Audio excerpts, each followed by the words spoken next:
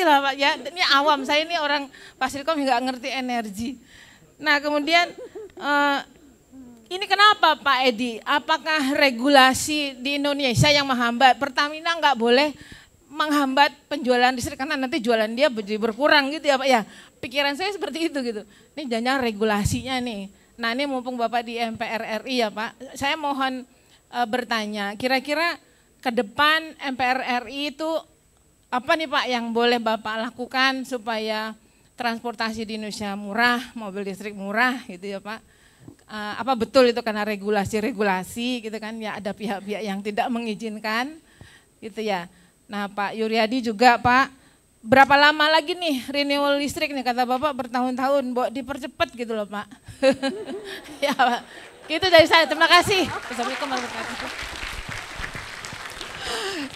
Afi keren banget. Oke, kita kumpulkan 3 dulu ya, boleh ya? Oke, baik. Nanti yang di belakang ya. Oke, silakan.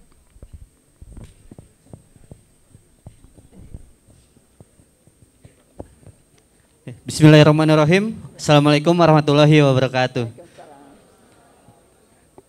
Perkenalkan, nama saya Rizky dari FDSK Fakultas Desain Seni Kreatif. Pertanyaan saya, izin, saat ini masyarakat banyak sekali yang berbondong-bondong ingin memasang PLTS, pembangkit surya tenaga listrik. Sementara ada kebijakan terbaru dari ISDM, yaitu di nomor 2 tahun 2024 mengenai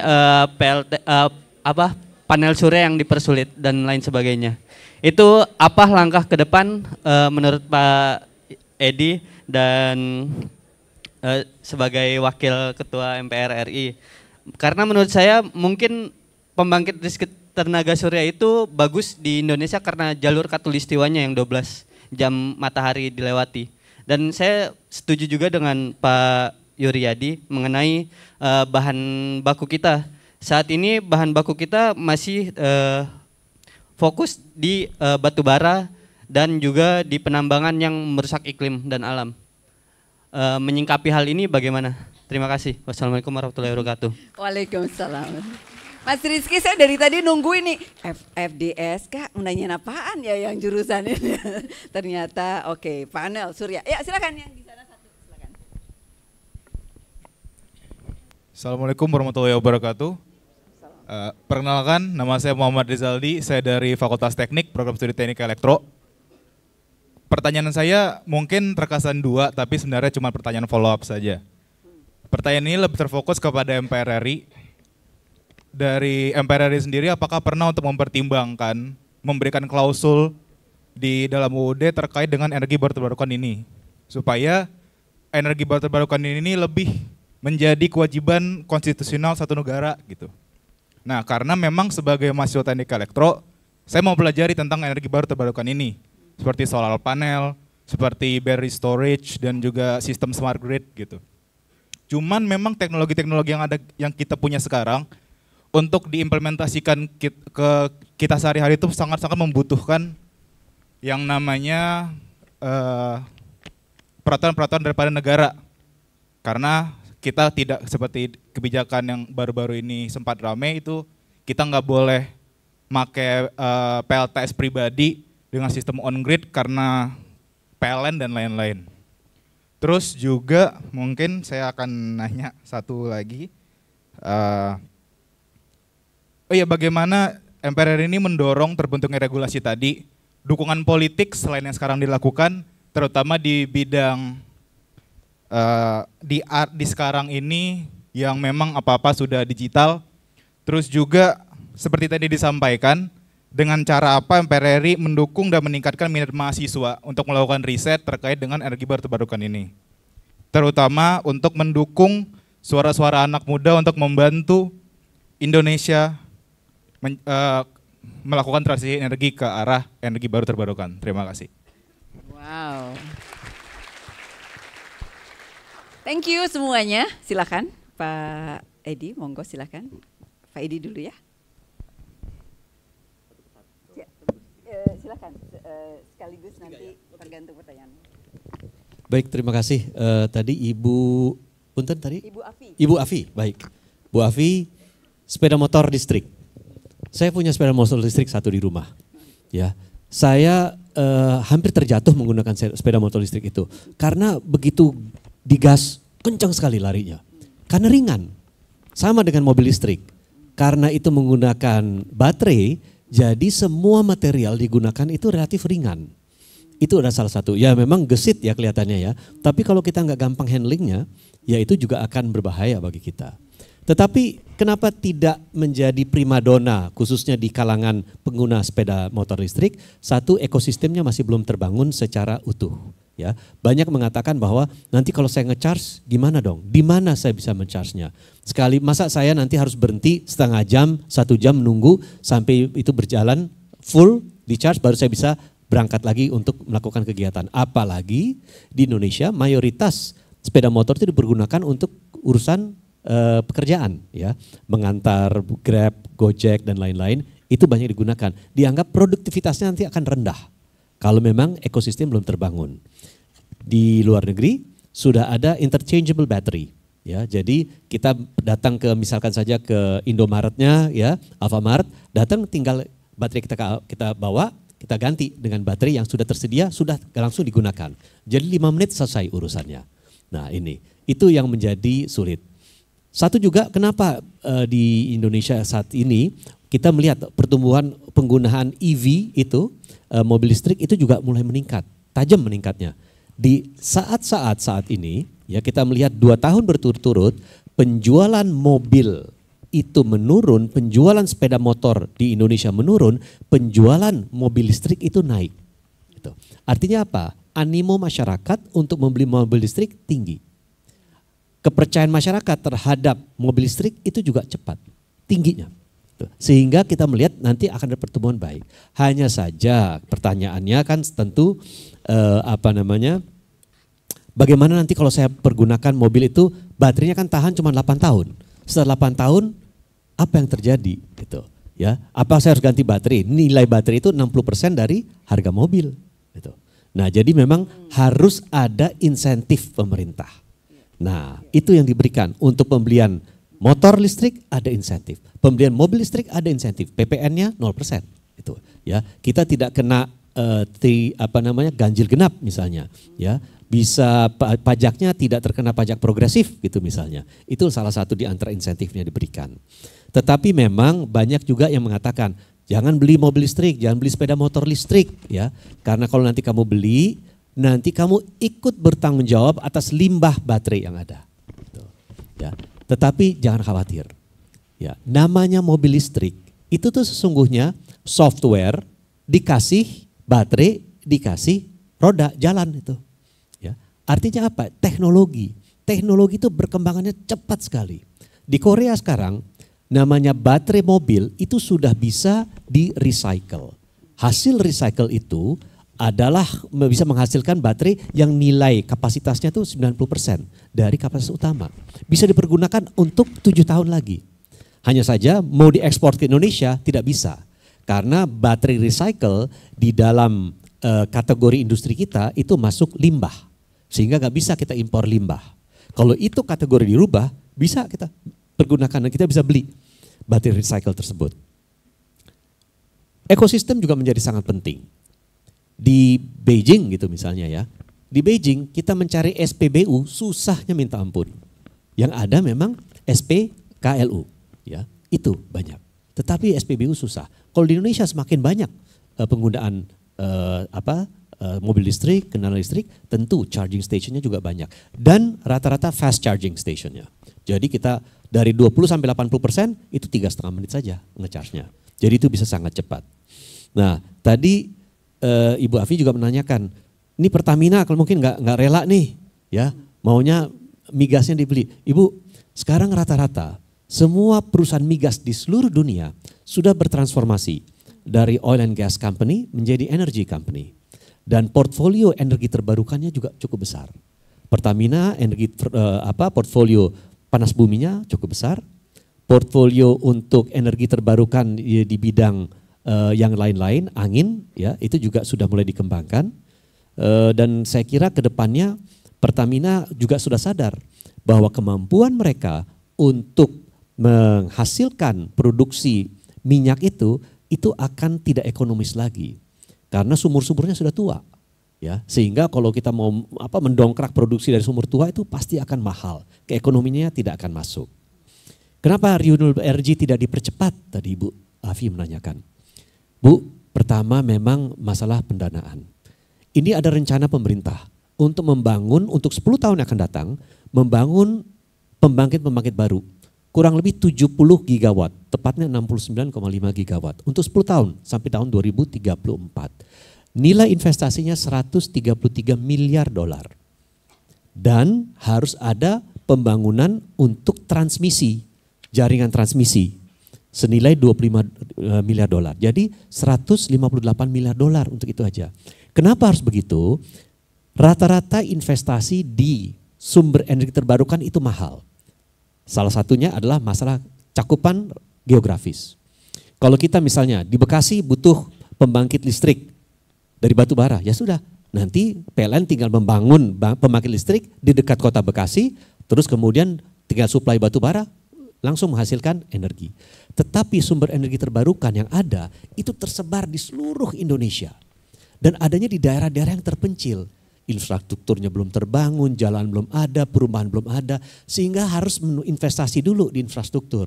Baru setelah itu investasi di pembangkitnya, yang energi terbarukan rata-rata pembangunan yang membutuhkan waktu antara 6 sampai 8 tahun, untuk nuklir bisa 12 tahun. Gitu. Dan apa? Harus ditarik, karena itu dari daerah terpencil, listriknya harus dikirim ke sumber-sumber atau ke daerah-daerah yang membutuhkan listrik, biasanya kota-kota gitu. Jadi harus dibangun transmisi, itu juga transmisi mahalnya, biayanya tidak kecil. Dan tidak ada yang mau investasi Bu, kalau swasta di itu komersial tidak mau investasi di transmisi karena tingkat pengembaliannya tuh rendah sekali. Jadi pemerintah juga nanti mau gak mau harus investasi situ. Kedua, Rizky, memasang PLTS, kenapa dipersulit? Salah satunya begini Rizky, memang aturannya kalau kita pasang panel surya di rumah kita atau di kantor di pabrik, itu kebutuhan yang tidak kita pakai itu bisa diekspor ke PLN. PLN bayar. Dulu aturannya berapa yang kita ekspor itu yang dibayar.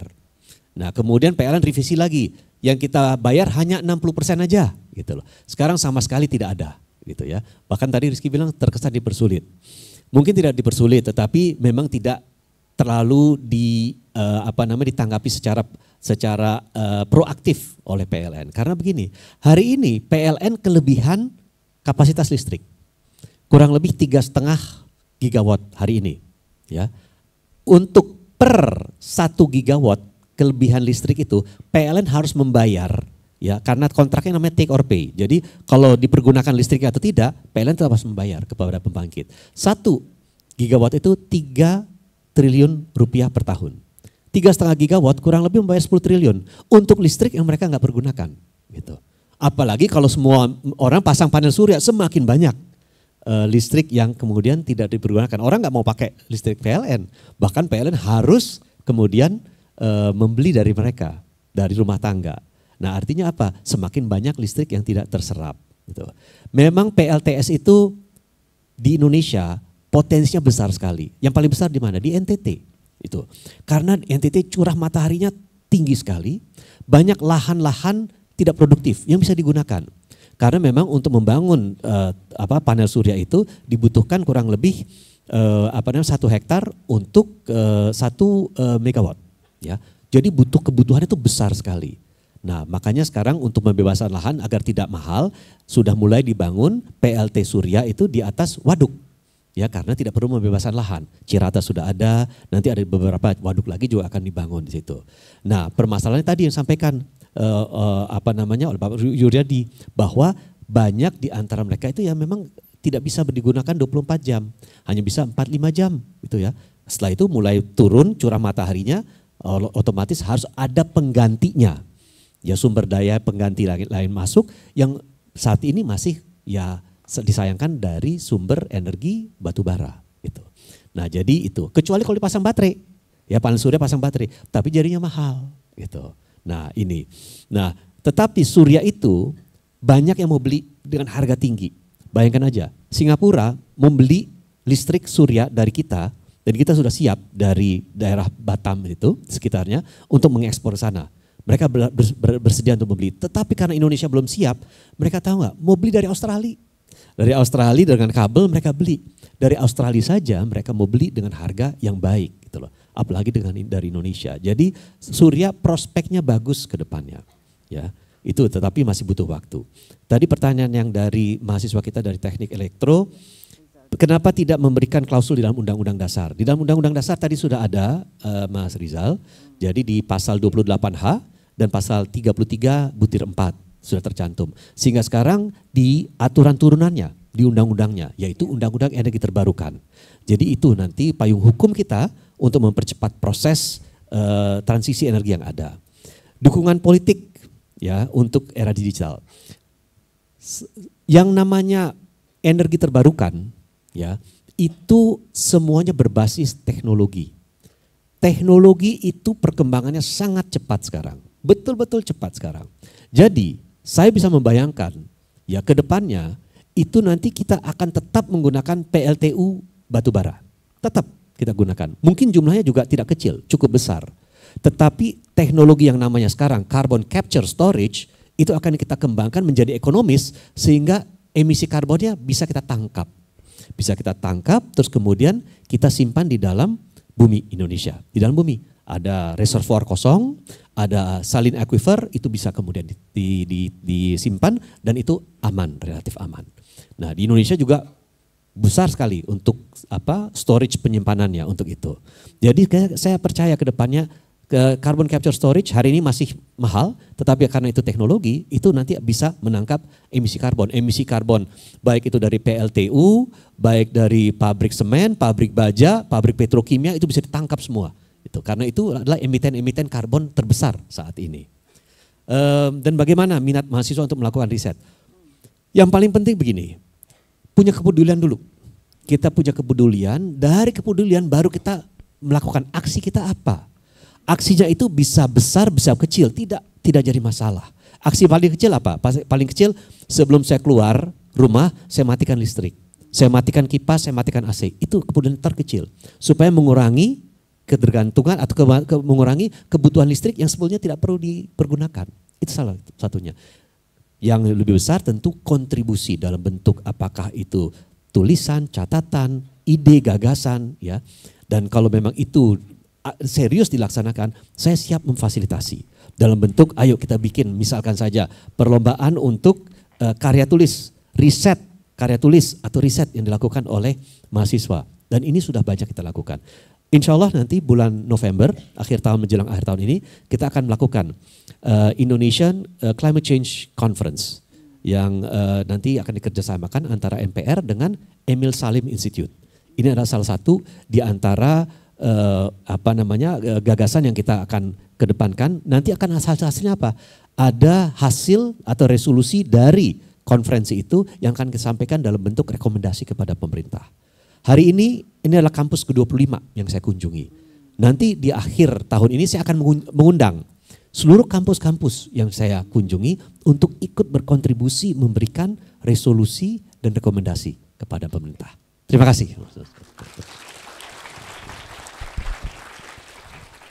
Ini kinerja nyata ini ya dari MPR. Terima kasih Pak Edi. Pak Yuri, monggo silahkan 3 pertanyaan tersebut. Singkat saja, untuk mobil listrik memang kan sekarang teknologinya sedang berkembang terus Bapak Ibu sekalian. Jadi jangan kaget kalau misalnya baru beli 2-3 tahun harganya tinggal setengahnya begitu ya. Karena memang perkembangannya pesat, jadi saling membunuh tuh di antara model-model dari satu merek gitu ya, BYD ya kan. Baru aja terbit yang ini, besok tahun ini udah muncul lagi yang baru, udah harganya ini hancur begitu ya. Nah memang itu wajar lah, itu biasa ya kan begitu. Harganya masih mahal karena masih dalam tahap awal begitu ya, dan jatuh harganya cepat begitu. Lalu juga terkait ada satu hal yang mungkin tadi belum tersampaikan Bapak Ibu sekalian. Di sini kan mahasiswa dari macam-macam ya fakultas begitu ya. Yang kita ngomongin dari tadi ini kan transisi energi, berarti mitigasi gas rumah kaca namanya. Mitigasi itu artinya menghilangkan atau mengurangi gas rumah kaca. Tapi ada satu Bapak Ibu sekalian yang jadi tanggung jawab teman-teman semuanya, yaitu adaptasi. Apa itu adaptasi? Climate krisis ini seperti tadi disampaikan Pak Edik, istilahnya climate crisis ya, atau istilah kalau di luar itu climate change. Itu kan menimbulkan perubahan. perubahan macam-macam ya kan, air laut naik ya, jelas air laut kan makin naik ya, es menghilang begitu ya, dan macam-macam dampak. Waktu masih kecil saya nggak pernah lihat twister di Indonesia, bahkan waktu kuliah dulu pernah di sini, masih di Fakultas Teknik sini, saya daftar ke Wichita State University Bapak sekalian, pengen ngambil master di sana. Kenapa? Pengen lihat twister. Karena di Indonesia nggak ada, bener sungguhan itu. Karena saya seneng nonton film twister, wah gitu kan, pengen tinggal di Wichita. Kenapa Wichita? Karena itu tengah-tengah Amerika kan gitu ya. Ya cuman takdirnya malah diterima duluan di NUS gitu kan, di Singapura. Nah sekarang kita sering ketemu nih di Jakarta twister begitu kan. Nah berarti kan ada masalah nih dengan sosial, dengan macam-macam ya kan. Ini adaptasi Bapak sekalian. Dulu saya 2 tahun menjadi reviewer di Green Climate Fund. Itu lembaga internasional mendanai. Indonesia itu hampir 100% proposalnya itu di mitigasi gas rumah kaca, transisi energi, renewable energy. Adaptasinya nggak ada gitu kan. Adaptasi itu gimana sih masyarakat mempersiapkan diri terhadap perubahan-perubahan ini gitu ya. Yang tadilah bahan bakar jadi berubah, energi jadi berubah ya kan. Kendaraan jadi berubah, alam menjadi lebih nggak ramah dan lain-lain. Nah Bapak Ibu yang dari ekonomi, yang dari sosial ya kan. Itu di situ tantangannya, challenge-nya gitu ya. Karena dari tadi kan kelihatannya kita ngomongnya teknis banget ya, energi banget gitu ya. Nah ini ada yang adaptasi begitu. Satu lagi misalnya dengan tadi terkait PLTS. PLTS itu memang masalahnya gini teman-teman ya, kita harus juga paham bahwa kalau PLN itu kelebihan listrik, tadi Pak Edi sudah nyampaikan bahwa dia akan rugi secara ekonomi. Yang kedua juga akan masalah ke jaringan begitu ya. Kalau kelebihan itu mau dikemanakan kan begitu, sedangkan PLTU juga nyala begitu ya kan. Nah di beberapa negara di dunia, negara bagian seperti California begitu ya, ketika dia kelebihan energi listrik di tengah siang hari itu diekspor ke negara bagian sebelahnya, diekspor gratis, dikasih gratis gitu aja. Kalau enggak nanti kebakar tuh sistem transmisinya begitu ya, karena terlalu banyaknya energi yang masuk ke jaringan di siang hari begitu. Dan perlu dipahami juga bahwa solar PV itu kan efisiensinya sangat rendah ya, capacity faktornya cuma 12%. Jadi kalau semua atap di Mercu Buana ini dipasang, itu paling perkiraan saya hanya 10% dari listrik di Mercu Buana yang bisa digantikan begitu dari PLN. Karena memang dia capacity faktornya rendah, terutama kalau malam dia habis begitu ya. Tapi yang penting adalah yang paling mulai diawali dari Mercu Buana ini menurut saya adalah efisiensi. Dari tadi saya kedinginan, Bos. Kenapa? Karena tahukah Bapak Ibu sekalian bahwa berdasarkan standar nasional Indonesia suhu itu 25. Dan setiap 3 derajat kenaikan suhu atau penurunan suhu itu pemborosannya 3%. Jadi kalau ini di setting 20 derajat, malah ini bisa 18 nih kayaknya ini. Berarti dari 25 itu selisihnya adalah 7%. 7 kan, 7 derajat. 7 dikali 3 berarti 21% energi listriknya lebih boros. Nah ini. Jadi karena di sini mungkin Mercu Buana sekarang sudah masuk ke 500 TOE tadi yang bicara undang-undang. Bahwa berdasarkan undang-undang 30 ya, UU 30, PP 70 ya kan. Sekarang PP-nya PP 33 ya, PP 33 Permen 14 ESDM. Bangunan gedung yang mengkonsumsi energi setahun 500 ton of oil equivalent, nanti tinggal hitung saja KWH-nya berapa di Mercu Buana ini, itu wajib menerapkan manajemen energi. Wajib menerapkan efisiensi energi dan wajib melaporkannya ke pelaporan online manajemen energi ke Dirjen EBTKI. Dan wajib menerapkan langkah-langkah efisiensi, mulailah dari AC ini jangan terlalu dingin begitu. Keren banget, tadi kita kasih aplaus. Pak Yuri reflektif banget, terima kasih Pak Yuri, Pak Edi. Jadi nanti yang jurusan komunikasi bisa kampanye hemat energi. Yang jurusan psikologi gimana persepsi publik kalau penggunaan mobil listrik atau motor listrik dan lain sebagainya ya. Manajemen juga mikir gimana ya supaya investasinya dan lain sebagainya. Teman-teman semua, saya sudah menanyakan pada 2 narasumber ini. Pak, boleh dilanjut ya 2 pertanyaan lagi ya. Saya udah menanyakan pada narasumber kita. Boleh 2 pertanyaan lagi, monggo silakan. 1 di sini, 1 di sini. Silakan. Yang di belakang Mas Amir ya. Yang dari sini ada. Oke, baik. Ya. Silakan. Oke, baik, silakan. Singkat ya. Ya. Baik, sebelumnya terima kasih Bapak atas waktu dan kesempatannya. Sebelumnya perkenalkan, nama saya Syahirah Rajwa Amiruddin dari Fakultas Ilmu Komunikasi, Program Studi Public Relations. Jadi saya izin bertanya, jadi beberapa bulan yang lalu saya sempat membaca berita dari website mpr.go.id mengenai pemaparan Bapak tentang target pertumbuhan ekonomi sebesar 8% seiring dengan transisi energi terbarukan di Indonesia. Jadi lalu pertanyaannya itu, jadi dalam konteks pertumbuhan ekonomi yang menargetkan 8% per tahun tersebut, menurut Bapak bagaimana memastikan kebutuhan energi dapat dipenuhi tanpa mengorbankan komitmen Indonesia terhadap net zero emission pada tahun 2060 yang akan datang nanti. Terima kasih. Wow, Syakira, terima kasih. Nah, ini orang komunikasi juga harus kerja nih di sini ya. Ya, monggo silakan. Perkenalkan, nama saya Satria Haryudanto dari Fakultas Teknik, Program Studi Teknik Mesin. Saya sering belajar tentang transisi energi kebetulan dan sering belajar material teknik juga.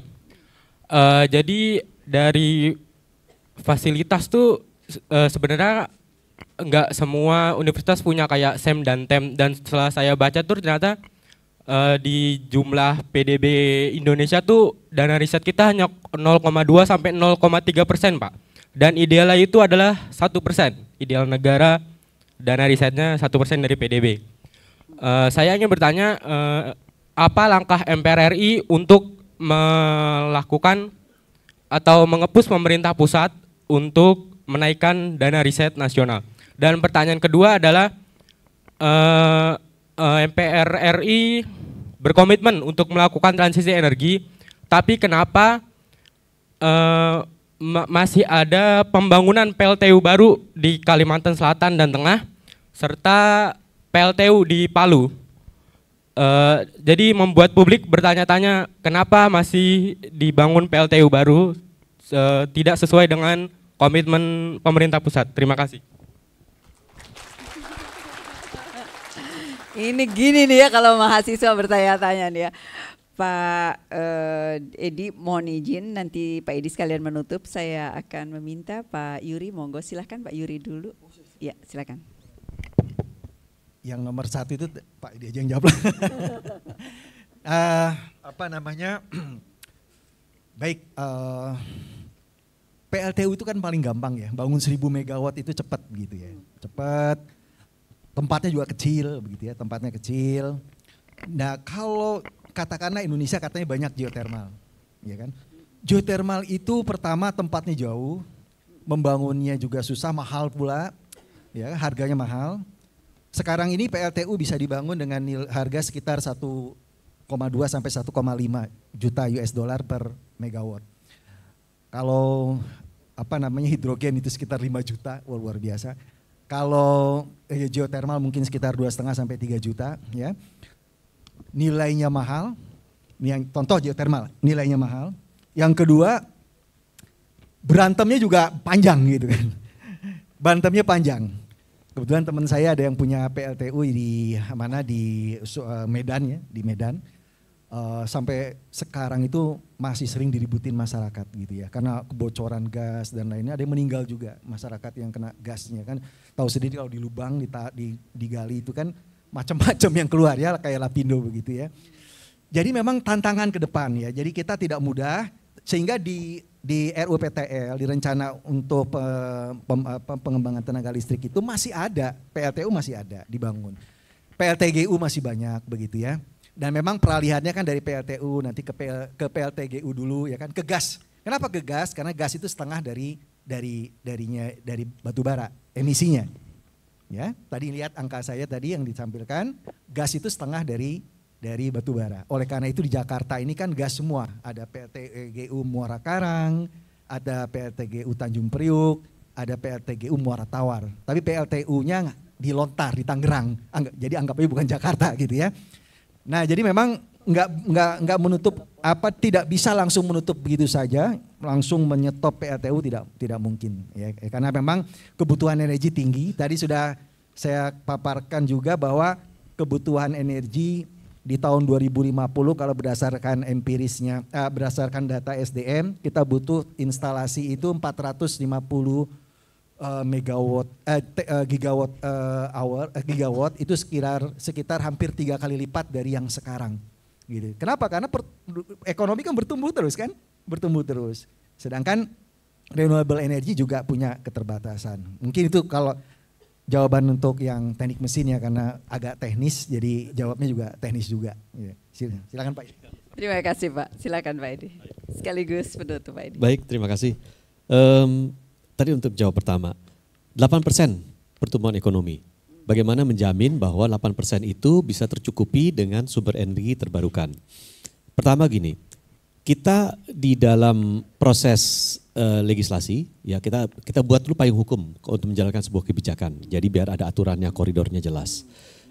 Waktu itu dirancanglah perubahan dari PP atau peraturan pemerintah terkait kebijakan energi nasional. Nah itu diperbarui dengan asumsi pertumbuhan energi kita, pertumbuhan ekonomi kita 8%.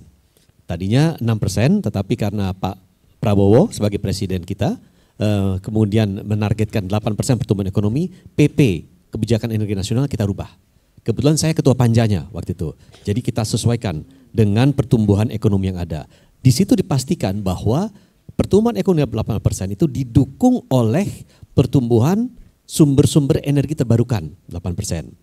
Yang tadi saya sampaikan dari sekarang, jadi aturan gini, kebijakan energi nasional ada turunannya namanya Rencana Umum Kelistrikan Nasional. Turunannya lagi namanya Rencana Umum Pembangkitan Tenaga Listrik 2025-2034. Nah di dalam RUPTL itu, kemudian di outline pembangunan pembangkit baru sebesar 69,5 gigawatt. Total dari 69,5 gigawatt itu, 52 gigawatt itu adalah energi terbarukan. Ada panas buminya, paling besar adalah suryanya, terus kemudian juga ada anginnya, ada airnya, ya. Dan ada apa? Kita nanti akan punya National Battery Energy Storage System. Jadi kita punya nanti kapasitas untuk menampung tenaga energi, battery storage system. Nah itu kurang lebih 10 gigawatt. Nah itu untuk 9 tahun yang akan datang. Nah itu untuk memastikan bahwa pertumbuhan ekonomi kita nanti diikuti dengan supply energi dari sumber energi terbarukan. Supaya apa? Supaya kita melakukan pertumbuhan yang berkelanjutan. Sustainability menurut saya itu penting sekali. Karena dulu itu orang menganggap itu ya keren-kerenan aja. Tetapi sekarang penting. Tadi Pak Yuri mengatakan mengenai beberapa elemen, beberapa sumber komoditas kita yang namanya logam tanah jarang yang kita gunakan sehari-hari untuk kebutuhan-kebutuhan kita, untuk kebutuhan strategis, ya, yang sebentar lagi akan habis. Betul akan habis, ya. Tetapi kita harus pastikan yang paling penting bagi kita, bagaimana Indonesia bisa mempertahankan ketahanan cadangannya. Contoh salah satu kebijakan yang menurut saya agak kebablasan adalah kenapa kita memberikan terlalu banyak izin smelter nikel. Indonesia adalah negara dengan produksi nikel terbesar di dunia. Tetapi kita kasih izin buat smelter. Jadi smelter kan artinya apa? Mereka butuh supply nikel dong.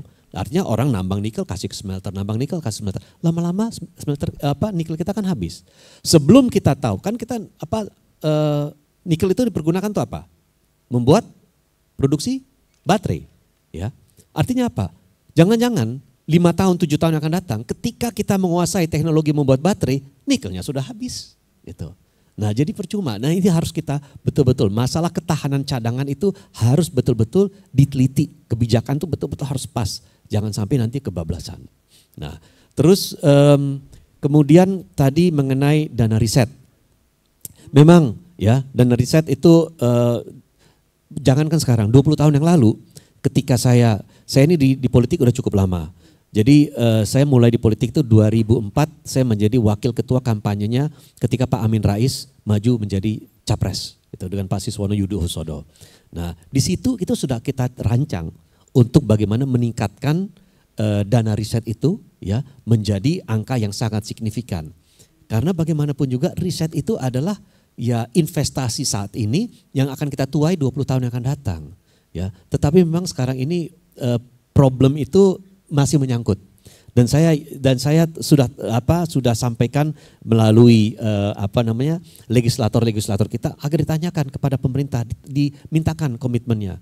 Ya mungkin 1% dari PDB itu kan besar sekali ya, tetapi paling enggak adalah peningkatan ya yang signifikan biar terlihat adanya dana riset. Tetapi juga tidak hanya dana risetnya, lembaga risetnya juga harus benar gitu. Dulu kita punya BPPT, kita punya Batan, ya, kita punya berbagai lembaga riset yang ada. Sekarang semuanya kan bernaung di bawah BRIN. Nah, di bawah BRIN bernaungnya itu sekarang menjadi lembaga ya yang memiliki birokrasi yang sangat kental sehingga risetnya sendiri gak jalan. Jadi itu juga menjadi permasalahan. Nah, terus kemudian tadi tanyakan kenapa ada pembangunan PLTU baru di Kalsel ya, Kalsel dan Sulteng, ya Palu Sulteng. Tidak boleh ada pembangunan PLTU baru lagi kecuali mereka-mereka yang sudah mendapatkan persetujuan, sudah ada financial closing, sudah sebelumnya diajukan permohonan izinnya dan sudah mendapatkan pendanaan dari bank, itu boleh dilanjutkan. Yang lain-lain tidak boleh. Itu. Jadi untuk kedepannya memang tidak boleh lagi. Tadi yang disampaikan Pak Yuri betul tuh, yang sekarang penting memang kita mau tingkatkan bauran sumber energi terbarukan dari panas bumi. Kita adalah negara kedua terbesar di dunia yang mempunyai cadangan panas bumi, 24 gigawatt, yang baru dipergunakan 10%-nya. Tetapi kenapa sulit untuk dipergunakan? Karena ya panas bumi itu begitu, sulit. Satu, di daerah-daerah yang jauh. Kedua, pada saat kita cutting dan drilling, yaitu ada lumpur keluar, ada gas keluar, masyarakat marah. Gitu. Nah itu yang kadang-kadang membuat sulit. Saya sekarang sedang mengusulkan agar di DPR, kita melakukan revisi terhadap undang-undang panas bumi agar investasi di sektor panas bumi itu bisa meningkat dengan memberikan sejumlah kemudahan-kemudahan. Dan terakhir ya memang di Jakarta sekarang banyak kita pergunakan PLTU dengan berbasis gas, jadi co-firing, ya batu bara gas gitu. Tetapi gasnya sekarang banyak yang habis, teman-teman sekalian. Ya, jadi yang tadinya kita pabrik dapat komitmen untuk dapat gas, sumber gas, kemudian pembangkit dapat komitmen sumber gas, banyak yang dikurangi. Karena ternyata sumber-sumber gas yang kita miliki ternyata berkurang drastis cepat. Gitu loh. Sehingga akhirnya harus diimpor gasnya, dibeli melalui LNG. Tadi Pak Yuri mengatakan LNG mahal. Ya, biasanya mereka beli gas itu kalau dapat fasilitas pemerintah $7 per MMBTU, sekarang belinya $16 karena pakai LNG. Jadi lebih mahal. Ini mungkin yang bisa saya sampaikan, tetapi satu, kami menunggu gagasan, usulan, ide-ide dari mahasiswa bagaimana kita bisa mempercepat, mengakselerasi transisi energi ini dan kita berkomitmen, ayo kita dorong, kita dukung, kita jadikan ini kepedulian bersama bahwa energi bersih, energi terbarukan adalah kebutuhan bagi kita semua ke depannya. Terima kasih. Assalamualaikum warahmatullahi wabarakatuh. Luar biasa menarik sekali ya. Ini para generasi muda yang akan menjadi pemimpin bangsa. Terima kasih sudah mendengarkan gagasan penting ini yang kami harapkan Anda semua akan mengimplementasikan nanti gitu ya. Hari ini kita sudah mendengarkan gagasan strategis dan inspiratif pada seminar kebangsaan MPR Goes to Campus, Urgensi Transisi Energi Mencegah Dampak Perubahan Iklim. Dan kita diajak tidak hanya untuk memahami urgensi transisi energi, tapi juga menyadari bahwa masa depan Indonesia, masa depan bumi kita ada di tangan kita sendiri. Teman-teman semua, setiap langkah kecil dari kebijakan di tingkat negara, di riset-riset akademik, sampai pada kebiasaan-kebiasaan kita matiin lampu dan lain sebagainya adalah bagian penting untuk menyelamatkan lingkungan dan menjaga keberlangsungan bangsa.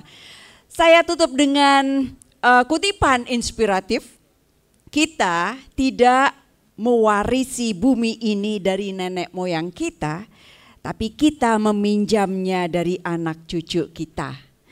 Terima kasih Pak Edi Suparno, Pak Yuryadi Kusuma, terima kasih sangat inspiratif untuk kesempatan ini. Teman-teman semua para hadirin, terima kasih dan wabillahi taufik wal hidayah. Wassalamualaikum warahmatullahi wabarakatuh. Baik, kepada moderator dan juga narasumber kami silahkan kembali ke tempat duduk.